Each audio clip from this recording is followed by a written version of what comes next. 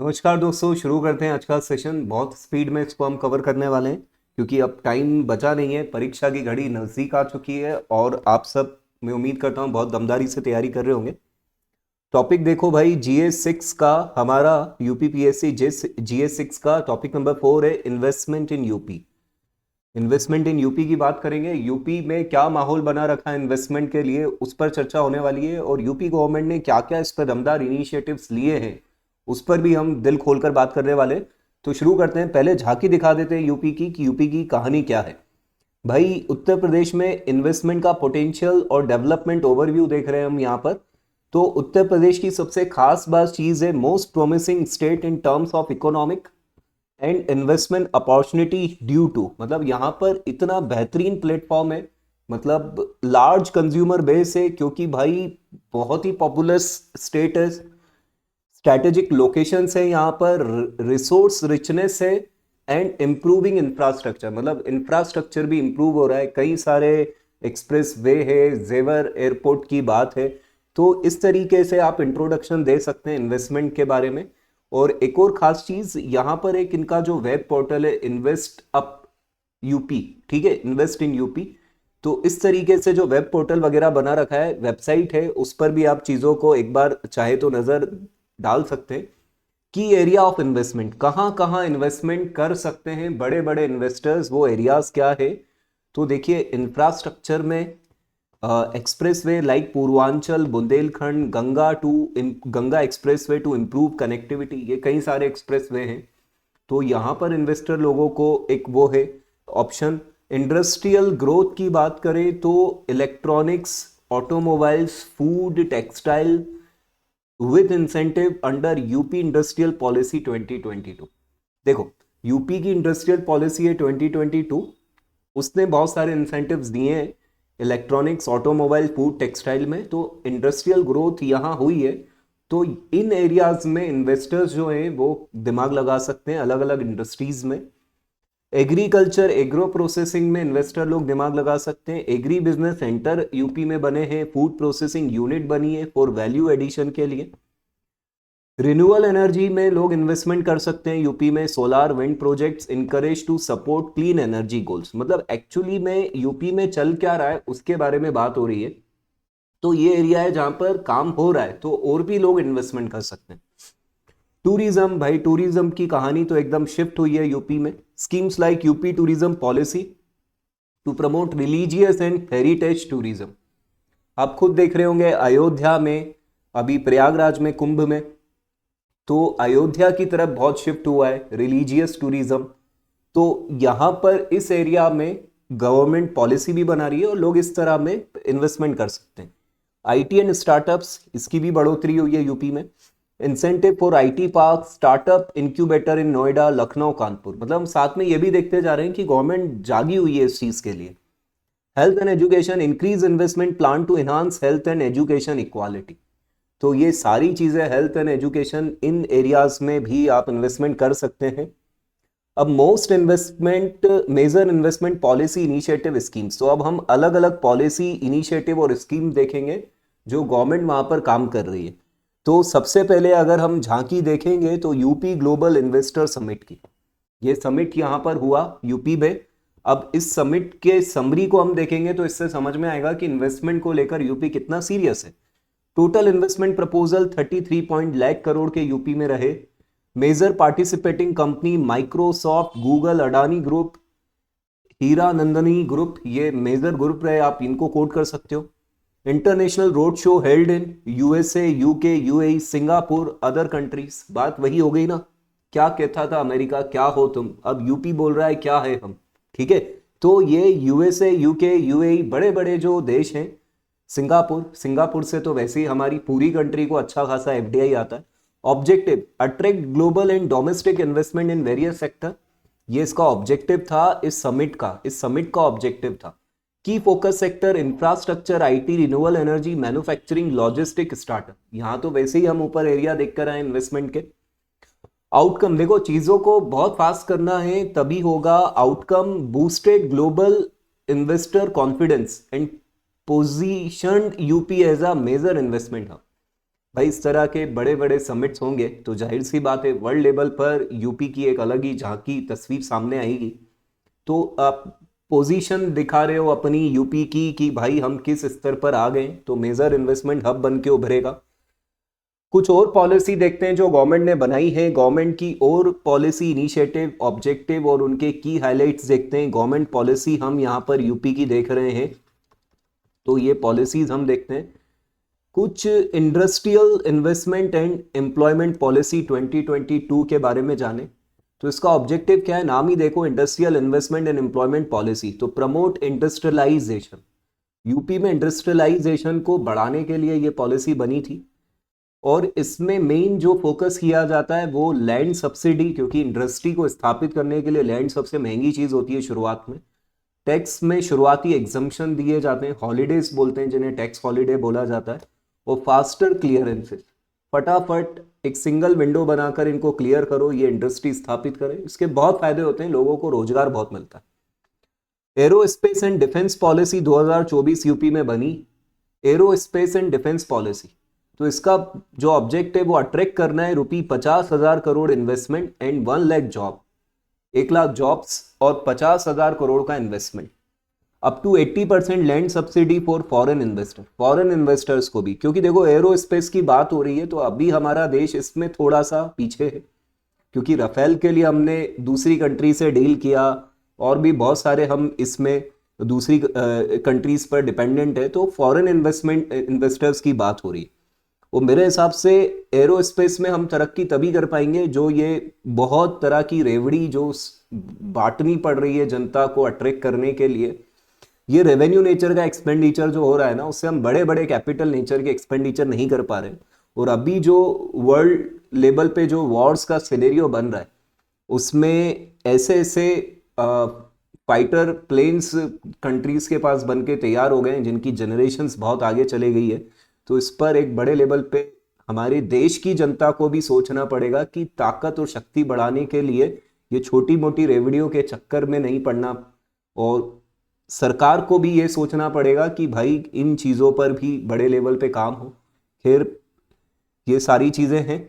और फिर उसके बाद अगर हम बात करें एफडीआई पॉलिसी 2023, तो एफडीआई पॉलिसी 2023 की कहानी ये है दोस्तों कि ये create a favourable environment for foreign investor. देखो एफडीआई लाना है तो एनवायरनमेंट तो उनको तो देना पड़ेगा। इन्वायरमेंट मतलब हर तरीके से उनको जो चीज़ें सहूलियत भरी हो, सिंगल विंडो वर्किंग हो। Up to 80% land subsidy for FDI, easy of doing business को बढ़ावा दे रहे हैं इसमें की हाईलाइट में, क्योंकि ईजी ऑफ डूइंग बिजनेस हमारी कंट्री में होगा तो एफडीआई आसानी से आएगा। Startup and innovation promotion, build innovation hub and incubator. Incubator वो लोग होते हैं जो इनोवेशन करने वाले जो स्टार्टअप्स होते हैं, जो स्टार्टअप लेकर आने वाले लोग होते हैं, उनको शुरुआती मदद करने वाला जो बंदा या जो इंस्टीट्यूशन है या जो कंपनी है, हम उसे इंक्यूबेटर बोलेंगे।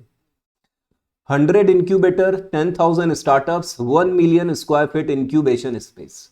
देखो 100 इंक्यूबेटर क्यों है, क्योंकि ये इंक्यूबेटर मान के चलो कोई बड़े लोग हैं, बड़ा इंस्टीट्यूशन है, बड़ा कोई कंपनी है, तो उसकी संख्या कम होगी और स्टार्टअप्स की संख्या ज़्यादा होगी। ग्लोबल फोरम पार्टिसिपेशन, इस तरह की फोरम बनाई गई है। तो promote UP internationally world economic forum 2025 में, और showcased opportunities in renewable energy, food processing and infra. तो जो ग्लोबल फोरम्स होगी उसमें पार्टिसिपेशन को लेकर पॉलिसी और इनिशिएटिव लिया है गवर्नमेंट ने। बजट एलोकेशन फाइनेंशियल ईयर 25-26 का देख लो भाई, 8.08 lakh crore budget with sectoral investments, 1500 crore for UP defence corridor, 5 crore for AI city in Lucknow.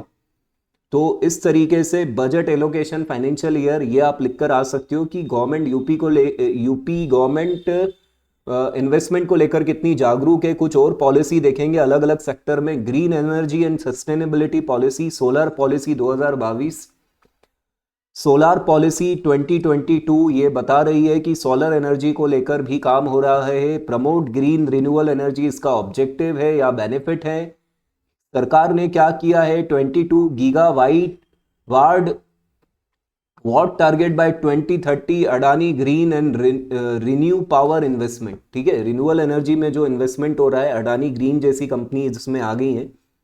Electronic manufacturing policy, construction of an electronic hub बनाने का इसमें लक्ष्य रखा गया है। Samsung mobile factory in greater Noida, Samsung की जो फैक्ट्री है वो इसी के तहत मान लीजिए आप काम कर रही है।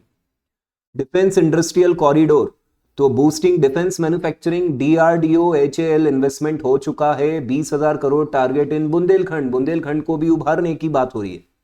Textile policy and mega textile park, तो employment and investment in textile sector, textile park under PM Mitra scheme, PM Mitra scheme का नाम आ गया। 10,000 प्लस जॉब इसमें हमने मतलब ये इसका क्रिएशन है। एग्रो प्रोसेसिंग पॉलिसी 2020 सरकार ने बनाई है, creating a value chain for agricultural product, investment by ITC Patanjali, तो पतंजलि और आईटीसी का इन्वेस्टमेंट हो चुका है भाई इस पॉलिसी के तहत। ODOP and MSME promotion support to traditional industries, तो जो आर्टिजन्स लोग हैं सोचिए सोचिए भाई क्या उनके जीवन में परिवर्तन आने वाला है। तो भदोही कारपेट्स, ये अपन ने पहले भी कवर किया है आई थिंक ट्रेड और कॉमर्स वाले उसमें, कि यहाँ का कारपेट और मुरादाबाद का ब्रास, ये तो वर्ल्ड फेमस चीजें हैं ना। प्रमोटिंग वुमेन एंटरप्रेन्योरशिप, इस पर भी पॉलिसी बनी हुई है और वुमेन को इनकरेज करना है एमएसएमई स्टार्टअप्स के लिए, और अफोर्डेबल लोन देना है, ट्रेनिंग देनी है, और स्टार्टअप को उनकी कॉन्फ्रेंस, ठीक है, वुमेन स्टार्टअप कॉन्फ्रेंस, मतलब उनको मंच भी तो देना पड़ेगा ना। तो ये गवर्नमेंट के इतने सारे इनिशिएटिव है जो हमने फटाफट कवर किए हैं। अब चैलेंजेस की बात करते हैं, मैं सिर्फ हेडिंग बोलूंगा चैलेंजेस में, अंदर का आप लोग इसको स्क्रीन पे देखते जाइएगा। इनएडुकेट इंफ्रास्ट्रक्चर, समस्या है, पूरी तरह अभी इंफ्रास्ट्रक्चर दमदार नहीं है। लैंड एक्विजिशन इश्यूज आते हैं, हमने वहाँ वादा किया है कि 80% जो लैंड इशू होगा वो फटाफट निपटाएंगे हम एफडीआई पॉलिसी वगैरह में, लेकिन इश्यूज आते हैं, लोकल लोगों का इशू होता है, कहीं ना कहीं कोई ना कोई इशू चलता रहता है। एडमिनिस्ट्रेटिव बोटलनेक्स, जिसको हम लाल फीताशाही बोलते हैं, कॉम्प्लेक्स इंटर डिपार्टमेंटल प्रोसेसेस, इसका एक ही सॉल्यूशन है, सिंगल विंडो, वन क्लिक पे अगर काम होने लगेगा तो देश में इंडस्ट्रियल ग्रोथ बढ़ेगी, यूपी में बढ़ेगी। मेन चीज स्किल शॉर्टेज है, ये यूथ की थोड़ी सी कमजोरी है। हमारा जो यूथ है, जैसे कि भाई जाहिर सी बात है मैं भी यूथ में ही आता हूँ, हम अक्सर ज्यादातर जो समय हमारा दे रहे हैं वो हमारे अंगूठे को चलाने में दे रहे हैं, एक स्क्रीन के ऊपर, और रील्स और ये सारी चीज़ों में हमारा बहुत सारा समय जा रहा है। लेकिन हम स्किल शॉर्टेज पर इसलिए हैं क्योंकि जो हमारा मेन उम्र है स्किल बढ़ाने का, उसमें हम बहुत दूसरी स्किल बढ़ा चुके हैं। कौन सी रील किस मित्र को किस समय में भेजनी है उस पर हमारा मेन फोकस हो गया है। तो दोस्तों ये इंटरटेनमेंट ज़रूरी है, लेकिन कहीं हमारी ज़िंदगी इंटरटेनमेंट ना बन जाए, इसलिए थोड़ा सा फोकस करना पड़ेगा। यूथ को स्किल पर भी काम करना पड़ेगा। एक बार स्किल आ जाए और फिर जो आपने ये स्किल बीच में बना ली है इसका भी आप उपयोग करें, लेकिन मेन जो स्किल है जो देश को इकोनॉमिकली, आपके परिवार को इकोनॉमिकली साउंड रखेगी, आपके बुढ़ापे तक जो आपको काम आने वाली है, उस तरह की स्किल को डेवलप कीजिए ताकि जीवन में आप आगे बढ़ सकें और अपने आप को एक ह्यूमन कैपिटल बना सकें। ठीक है, तो रीजनल डिस्पैरिटीज की बात करेंगे दोस्तों। Urban centre attract more investment versus rural regions like Purvanchal और बुंदेलखंड। तो रीजनल डिस्पैरिटीज हैं, बुंदेलखंड में कम इन्वेस्टमेंट है, पूर्वांचल में कम इन्वेस्टमेंट है, तो ये एरियाज हैं। लेकिन ठीक है, ऊपर कहीं ना कहीं बुंदेलखंड का एक बार नाम आया था डिफेंस कॉरिडोर में। Suggestion support to MSME sector, MSME को बढ़ाओ। छोटी छोटी organisation MSME, micro small medium enterprises होती हैं ये, इसका भी मेरा एक कनेक्शन रहा है। इन 2010 when I was in CA final, मैं सीए फाइनल में था और एक्चुअली मेरा सिर्फ बीकॉम हुआ था, मतलब मेरा बीकॉम हुआ था, बीकॉम फाइनल क्लियर हुआ था 2010 में, और मैं एमबीए वालों की फैकल्टी था एमएसएमई स्किल डेवलपमेंट प्रोग्राम में। तो ये बीकॉम का चमत्कार नहीं था, ये सीए फाइनल का चमत्कार था, जो मैं एमबीए वालों को एमएसएमई के सेंट्रल गवर्नमेंट के लिए विजिटिंग फैकल्टी था और वहाँ लोगों को ट्रेनिंग दी जाती थी। इसमें एमबीए और इंजीनियरिंग वालों को भी शामिल किया जाता था। तो इस तरीके से अभी बात करेंगे हम एमएसएमई की, यहाँ ट्रेनिंग की बात नहीं हो रही है, एमएसएमई सेक्टर की बात हो रही है। तो इनको financial aid, technical support, quality improvement for MSME होना चाहिए। एमएसएमई बढ़ेगा तो आसपास के लोग उससे जुड़कर और तरक्की करेंगे। स्टार्टअप्स और इनोवेशन को बढ़ावा देना चाहिए। इसके लिए क्या होगा, मेंटरशिप और इंक्यूबेशन सपोर्ट देना बहुत जरूरी है। इंक्यूबेशन के लिए जो बड़ी बड़ी कंपनीज है वो भी आ सकती हैं। मतलब बड़ी कंपनी क्या कर सकती है, मान लीजिए कोई बहुत बड़ी कंपनी है, फॉर एग्जांपल जियो है, तो ये इंक्यूबेशन के लिए जो इनकी कॉरपोरेट सोशल रिस्पॉन्सिबिलिटी होती है उसके तहत ये लोगों को इंक्यूबेशन दे सकती है और लोगों को अपने स्टार्टअप्स वगैरह बढ़ाने में मदद कर सकती है। स्किल डेवलपमेंट, ह्यूमन रिसोर्स पर काम होना चाहिए। इसमें मेन जो रोल है वो यूथ का है। यूपी की बात हो रही है तो यूपी के यूथ को इस पर खुद से भी एक अंदर से जागरूकता लानी पड़ेगी कि हमारे जीवन की जो एज है, जो मतलब हम 17 साल से अगर हम बात करें 25 साल की उम्र, 26 साल की उम्र, ये जो हमारी पीक टाइम होता है जिसमें हमें आगे के 20-30 साल के लिए कुछ सेट करनी होती है चीज़ें, उस पर फोकस करें। बाकी देखो ऐसा है भाई, सोशल मीडिया की तो कहानी मैं कई बार ऐसा जिक्र कर चुका हूँ कि जीभ निकाल कर ऐसे दूध का पैकेट करने से और चाय बनाने से भी रातों रात आप एकदम पैसे वाले करोड़पति बन सकते हैं, लेकिन ये बहुत कम लोगों के साथ ऐसा अवसर हो पा रहा है। तो उस चक्कर में कहीं आप अपनी स्किल से तो दूर नहीं हो रहे। तो ये सब बातें भी आप ध्यान रखिए। तो सिंगल विंडो सिस्टम है भाई, होना चाहिए, मतलब सजेशन में जो ऊपर अपन ने बात की थी। यूपी निवेश मित्र पोर्टल काम कर ही रहा है, 300 प्लस सर्विस दे रहा है, ये एग्जाम्पल में आप बोल सकते हो। टैक्स इंसेंटिव्स और कंसेशन और देने चाहिए। जो एसजीएसटी होता है जो ये यूपी सरकार को जाता है, देखो सीजीएसटी सेंट्रल को जाएगा, एसजीएसटी यूपी सरकार के खाते में जाएगा, तो यूपी अपनी कुर्बानी दे थोड़ा सा सरकार एसजीएसटी में। Development of industrial corridors and infrastructure, ठीक है, development of industrial corridors and infrastructure, और इनको बढ़ावा देना चाहिए। लेकिन जैसे डिफेंस कॉरिडोर है तो ये काम कर रहा है। तो यूपी में ऐसा नहीं है कि काम नहीं हो रहा है, बहुत तरक्की से काम हो रहा है। और हमने इंट्रो में ही देख लिया था कि यूपी में बदलाव बहुत सारे आ गए हैं।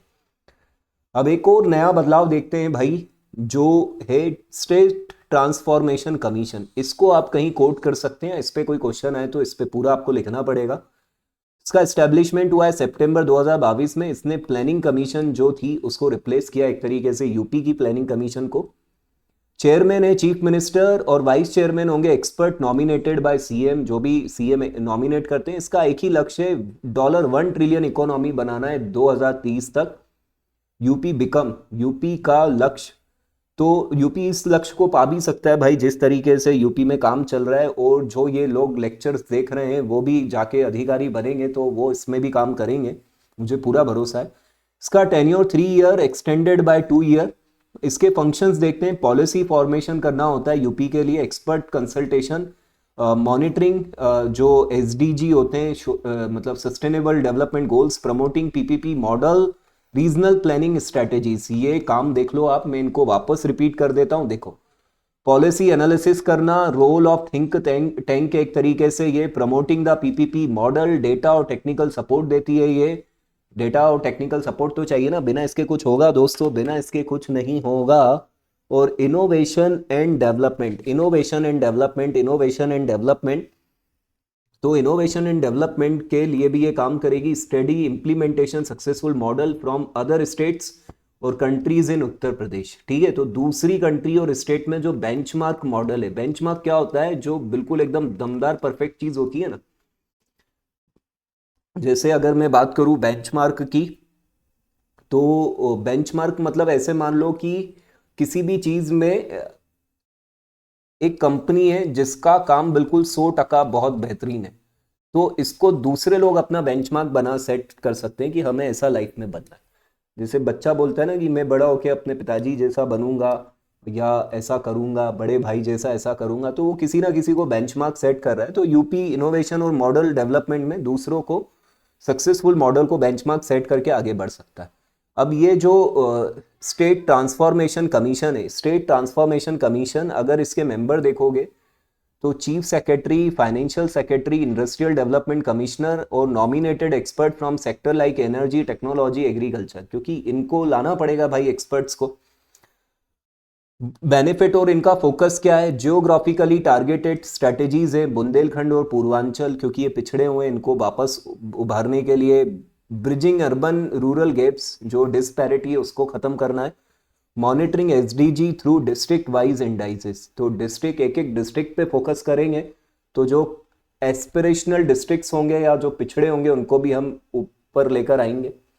अब एक और बात करेंगे, एक और इनिशिएटिव की, उत्तर प्रदेश स्टेट कैपिटल रीजन। देखो, जैसे दिल्ली एनसीआर है ना, वैसे ये एक नया ये कॉन्सेप्ट उत्तर प्रदेश के लिए है, Uttar Pradesh state capital region, SCR. Establish हुआ है जुलाई 2024 को। ये डेट ध्यान रखो, अगर स्पेसिफिकली इस पर क्वेश्चन आया तो आपको कुछ तो लिखना पड़ेगा, और नहीं आया तो कहीं कोट करके आ सकते हो इन्वेस्टमेंट में। पर्पज है planned balance urban development around Lucknow. Lucknow के आसपास की बात हो रही है क्योंकि कैपिटल रीजन से लिंक करना पड़ेगा ना। डिस्ट्रिक्ट इंक्लूडेड लखनऊ, हरदोई, सीतापुर, उन्नाव, रायबरेली और बाराबंकी। ठीक है, बाराबंकी। तो ये डिस्ट्रिक्ट जो आसपास के हैं वो कवर किए गए हैं। टोटल एरिया एंड पॉपुलेशन, इतना एरिया है भाई 27,826 स्क्वायर किलोमीटर, और 23 मिलियन पॉपुलेशन अप्रॉक्स इसमें कवर होगी। मैनेजिंग बॉडी, इस चीज की मैनेजिंग बॉडी होगी Uttar Pradesh state capital regional development authority. ये जो नाम है ना यूपीएससीआर, इसमें डीए और जोड़ दो, डेवलपमेंट अथॉरिटी। तो यूपीएससीआर जो ऊपर नाम पड़ा था, इसमें डीए आपको डेवलपमेंट अथॉरिटी का जोड़ना है। लीडरशिप देख लो, चेयरमैन जाहिर सी बात है भाई चीफ मिनिस्टर होंगे, बहुत बड़ी बॉडी है स्टेट की। वाइस चेयरमैन चीफ सेक्रेटरी, ऊपर भी सेम था। Other member district magistrate, development authority, principal secretaries, इनको शामिल किया जाएगा। की प्रोजेक्ट अंडर एससीआर क्या है, जो स्टेट कैपिटल रीजन है, outer ring road project. Outer ring road project तो connectivity between Lucknow and nearby district. Outer ring road, outer ring road मतलब लखनऊ के आउटर में। और लखनऊ मेट्रो एक्सपांशन करना है इन बसंत कुंज, स्ट्रेंथन अर्बन ट्रांसपोर्टेशन। ठीक है, एक्सटेंशन टू बसंत कुंज, मतलब इधर साइड भी जोड़ना है इसको, दिल्ली साइड से ये बसंत कुंज जो भी एरिया है। और स्मार्ट सिटी इनिशिएटिव तो प्रमोट डिजिटल इंफ्रास्ट्रक्चर और स्मार्ट गवर्नेंस। ठीक है, पक्का। तो फाइनल कंक्लूजन पर आते हैं इन्वेस्टमेंट वाले एरिया में। इन्वेस्टमेंट वाले एरिया में फाइनल कंक्लूजन पर आते हैं, एक्सटेंशन टू बसंत कुंज। ध्यान रखिएगा भाई, जो बाकी मैंने स्टेटमेंट दिया उसमें मत ध्यान देना। ठीक है, तो की प्रोजेक्ट्स अंडर एचसीआर ये हमें देखना है। फाइनल कंक्लूजन पर आते हैं, यूपी के इन्वेस्टमेंट की बात करें, उत्तर प्रदेश स्ट्रैटेजिक विजन है भाई, एफडीआई को लेकर, एरोस्पेस को लेकर, डिफेंस पॉलिसी, और ये एसटीसी रोड मैप जो बनाया है। ठीक है, बैलेंस रीजनल डेवलपमेंट की बात हो रही है, तो जो रीजन पीछे हैं अर्बन रूरल डेवलपमेंट डिवाइड को खत्म करना है। चैलेंजेस हैं, लेकिन मिशन ट्रिलियन इकोनॉमी 2023 पूरा होगा, और एम्बिशियस गोल है। सारे रिसोर्स को अलाइन करना पड़ेगा, रिफॉर्म लेकर आने पड़ेंगे, लेकिन तरक्की मिलेगी जब आप किसी चीज़ के लिए जुट जाओगे, लक्ष्य बना लोगे, उसके लिए लगे रहोगे। हमारे परम पूज्य गुरुवर विद्यासागर जी महाराज भी बोलते थे, मतलब अभी भी हमारे लिए तो बोलते ही हैं, कि संघर्ष में जीवन का उपसंहार नियम से हर्ष में हुआ करता है। संघर्ष में जीवन का उपसंहार मतलब जो निष्कर्ष है जीवन का, वो नियम से पक्का हर्ष में होगा। आप संघर्ष कीजिए, आपका संघर्ष अभी यही है, आपको पढ़ाई पर फोकस करना है, बाकी के डिस्ट्रैक्शंस को छोड़ना है, और लगे रहना है अपने एग्ज़ाम की तैयारी में। और जो स्टूडेंट्स अभी मेंस दे रहे हैं उनके लिए तो मैं पूरा प्रयास कर रहा हूँ, क्योंकि मैंने भी ये चीज़ें सब लेट चालू की है जीवन में। तो ये चीज़ें हैं। बाकी जिन लोगों को अगले बरस के लिए मेंस की भी तैयारी करनी है, वो भी ये सीरीज़ देख सकते हैं, तो उन्हें टॉपिक का शॉर्ट में आइडिया मिलेगा। लिखने की ही कला आनी चाहिए मेंस में, पढ़ने के लिए तो एक पकड़ो नोट्स, शॉर्ट से शॉर्ट उसको बनाओ, अपने पैराग्राफ वहीं से बनाने हैं तुमको। ज़्यादा नहीं पढ़ना होता है, बहुत लंबे लंबे पैराग्राफ में चीज़ों को समझना होता है, और कम अक्षरों में कोट करनी होती हैं चीज़ें। तो यहीं तक था दोस्तों, ये वाला लेक्चर ख़त्म करते हैं।